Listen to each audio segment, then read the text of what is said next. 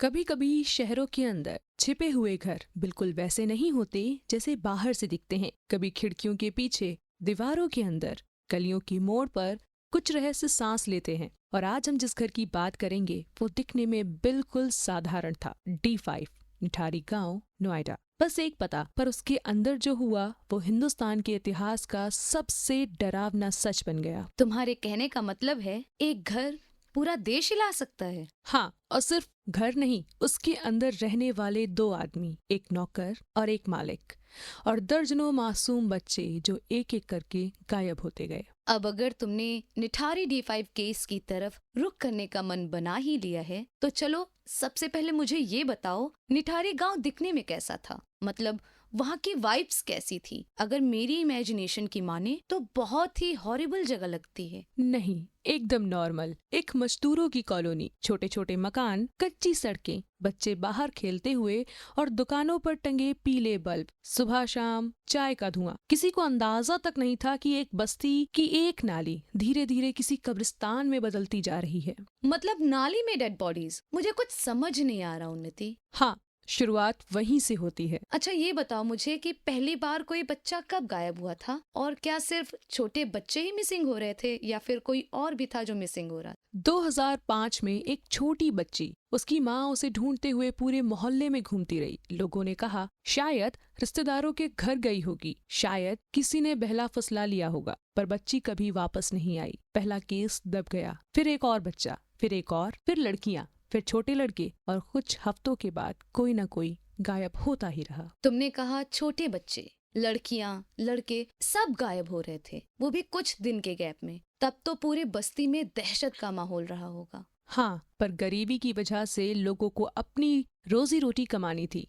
डर था, हाँ, लेकिन किसी के पास कार्रवाई करने की ताकत नहीं थी। तुमने हाउस नंबर D5 के बारे में भी बताया था। इस केस में D5 पर इतना फोकस क्यों किया जा रहा है? आखिर ये D5 क्या है? 2 फ्लोर का एक बड़ा बंगला, बाहर सफेद बाउंड्री, एक पुराना गेट, और अंदर मुनिंदर सिंह पांडे का रहना। उनके साथ रहता था उनका नौकर सुरेंद्र कोली, यानी कि इस कहानी का सबसे खौफनाक हिस्सा। और अब ये मोनिंदर कौन है? एक रईस, NRI टाइप लाइफस्टाइल वाला आदमी। बहुत पार्टियां होती थी, शराब, दोस्त, रुबाब, और कोली उनका नौकर जो सब काम अकेले करता था। बर्तन, सफाई, खाना, मेहमान, सब कुछ। बहुत दबा हुआ आदमी था कोली। ये बताओ मुझे कि ये जो बच्चे मिसिंग हो रहे थे और लेडीज गायब हो रही थी, उनके मिसिंग का कोई पैटर्न था क्या? बच्चे किसी स्पेसिफिक जगह से गायब होते थे या फिर गांव में कहीं से भी कोई भी गायब हो रहा था? मुझे ये भी नहीं समझ आ रहा है कि मोनिंदर का नौकर कोली बच्चों को कैसे अंदर ले जाता था। कभी किसी ने कुछ देखा नहीं? यही तो उसकी चाल थी। किसी को मिठाई का लालच देना, किसी को काम दिलवाने का झांसा, किसी को पकड़ कर अंदर खींच लेता था। और D5 के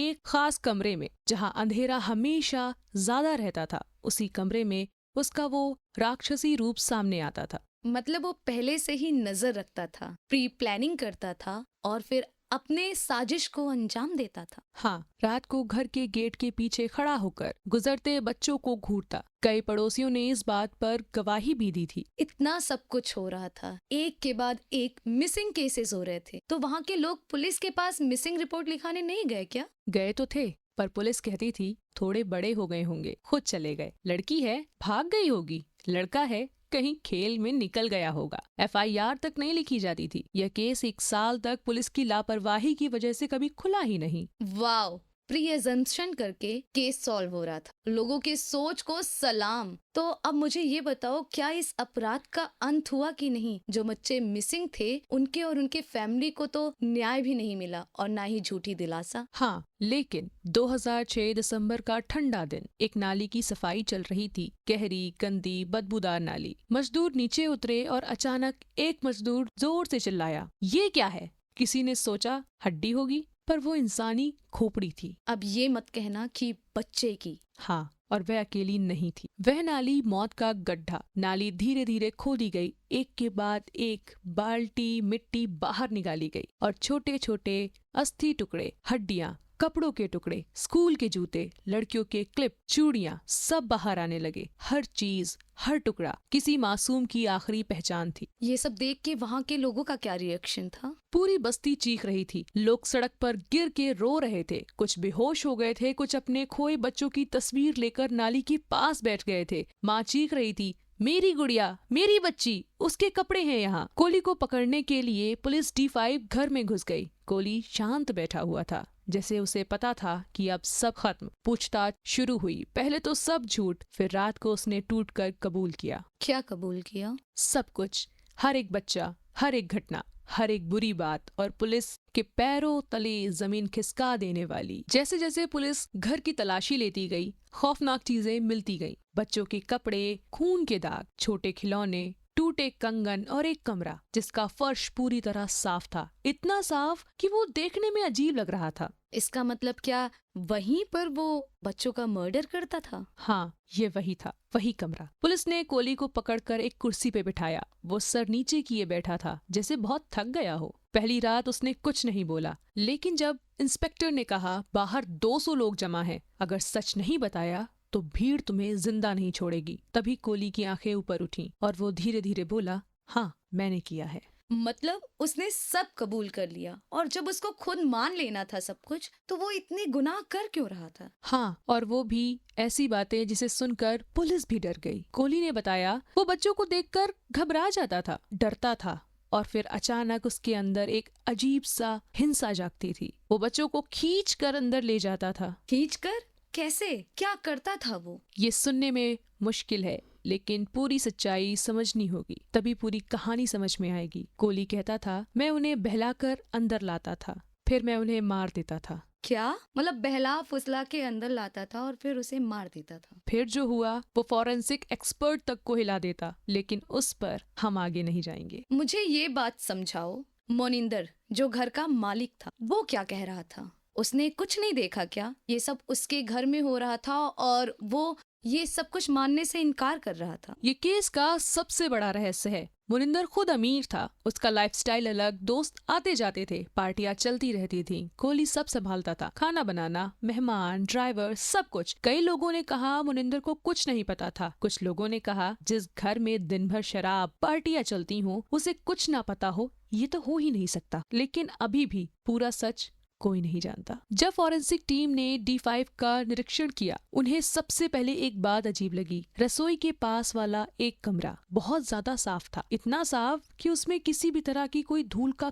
कण तक नहीं था। फर्श चमक रहा था, जैसे कोई रोज बार बार उसे धुलता हो। लेकिन अच्छे से सफाई होनी तो कोई बुरी बात नहीं है। बात वो नहीं थी। फॉरेंसिक टीम की रिपोर्ट में साफ लिखा था, ये कमरा असामान्य रूप से साफ था। ऐसा साफ कमरा ऐसे घरों में नहीं होता। ये साफ कमरा काली सच्चाई को छिपाने के लिए था। वहीं कोली बच्चों को मारता था और काट कर हटाता था। यानी वो कमरा क्राइम स्पॉट था। हाँ, 100%। नाली की खुदाई घंटों तक चलती रही। हर 10 मिनट में एक नया टुकड़ा मिलता था। छोटे जूते, चप्पल, लाल फ्रॉक का हिस्सा, वैक्सीन का बैग, टूटे मोती, दांत, बालों की लटें, छोटे कंगन, हड्डियों के सैकड़ों टुकड़े। मतलब हर कपड़े, हर टुकड़े के पीछे एक बच्चा छिपा था। हाँ, हर एक चीज, हर एक अस्थि, किसी माँ बाप की सारी उम्मीदें थीं। एक पुलिस वाले ने कहा था, हमें समझ नहीं आ रहा था कि हम नाली साफ कर रहे हैं या किसी सामूहिक कब्र की खुदाई कर रहे हैं।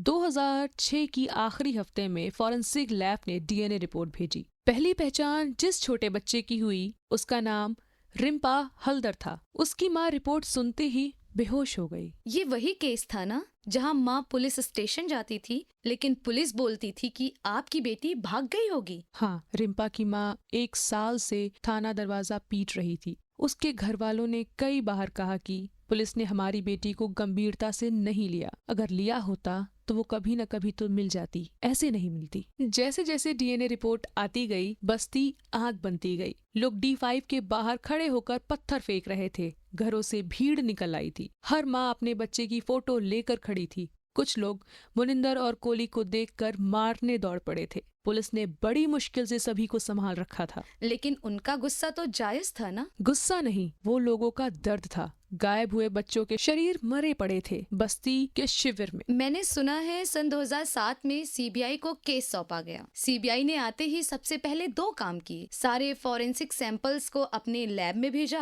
और कोहली से साइंटिफिक इंटरोगेशन शुरू किया। और सीबीआई की रिपोर्ट में ऐसी बातें निकली जो यूपी के पुलिस की पिछली रिपोर्ट से पूरी तरह अलग। हाँ, इतना ही नहीं, सीबीआई ने कोहली की साइकोलॉजिकल टेस्ट भी करवाए थे, जिसमें कुछ शॉकिंग बात सामने आई थी। उसके अंदर लंबे समय से दबा हुआ एक गुस्सा था। वह सामाजिक रूप से बहुत दबा हुआ था, बहुत ज्यादा अकेलापन था, बचपन में ट्रॉमा हुआ था, उसे अचानक से अनकंट्रोलेबल हिंसक झटके आते थे। और सबसे डरावनी बात तो ये है कि वो घटना के बाद कभी भी पछतावा महसूस नहीं करता था। मतलब उससे अपनी की हुई चीजों पे, की हुई गलतियों पर बिल्कुल भी गिल्ट फील नहीं होता था, उसको बुरा बिल्कुल नहीं लगता था। नहीं, उसकी आंखों में कोई पछतावा नहीं था। उसके लिए ये सब एक तरह की बीमारी जैसा था जो हर वक्त कुछ दिन बाद उभर आती थी। मुझे समझ नहीं आ रहा आखिर मोनिंदर का क्या रोल था इसमें। वो तो घर का मालिक था और घर के अंदर घर का नौकर मर्डर्स कर रहा है और मालिक को, मोनिंदर को पता ही नहीं चलता। सीबीआई ने मोनिंदर पर भी शक किया था, कई एंगल्स की जांच भी की थी। क्या वो वहां मौजूद था, क्या वो वहां शामिल था, क्या वो जानता था। फिलहाल रिपोर्ट में तो साफ लिखा गया कि मुख्य आरोपी कोहली है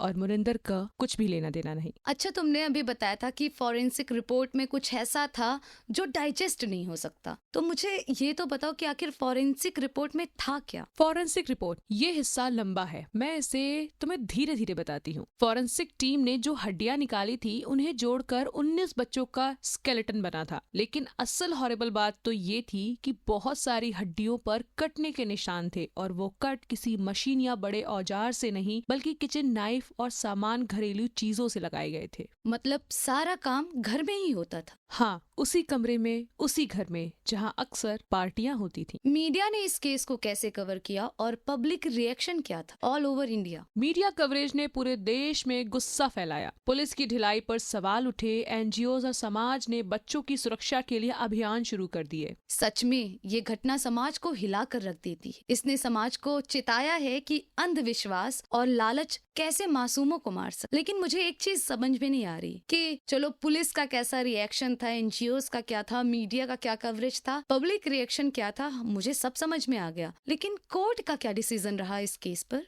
मुख्य आरोपी सुरेंद्र कोहली को और मुरिंदर सिंह को अलग अलग मामलों में अलग अलग सजा सुनाई गई। सुरेंद्र कोहली, जिसे घटनाओं का मुख्य दोषी माना गया, उसे कई मामलों में मौत की सजा, फांसी तक सुनाई गई थी। सुरेंद्र कोहली, जिसे घटनाओं का मुख्य दोषी माना गया था, उसे कई मामलों में मौत की सजा सुनाई गई। सुप्रीम कोर्ट ने उसकी मौत की सजा को बरकरार रखा। हालांकि बाद में उसे मौत की सजा को उम्र कैद में बदल दिया गया था। मुनिंदर सिंह, कोहली के मालिक, को भी शुरू में कुछ मामलों में दोषी ठहराया गया था। उसे भी कुछ मामलों के लिए मौत की सजा भी सुनाई गई थी। लेकिन सुप्रीम कोर्ट का दावा था कि कई मामलों में उसका कोई भी हाथ नहीं था और न ही उसके खिलाफ कोई पक्के सबूत थे। इसी के लिए उसे बरी कर दिया गया। लेकिन मैंने सुना है कि अक्टूबर सन 2023 में इलाहाबाद हाई कोर्ट ने सुरेंद्र कोहली और मोनिंदर सिंह दोनों को उन सभी मामलों में बरी कर दिया जिनमें उन्हें मौत की सजा या उम्र कैद सुनाई गई थी। कोर्ट ने सबूतों की कमी और जांच में त्रुटियों के आधार पर उन्हें बरी किया था। क्या ये सही है? हाँ, सही सुना है तुमने।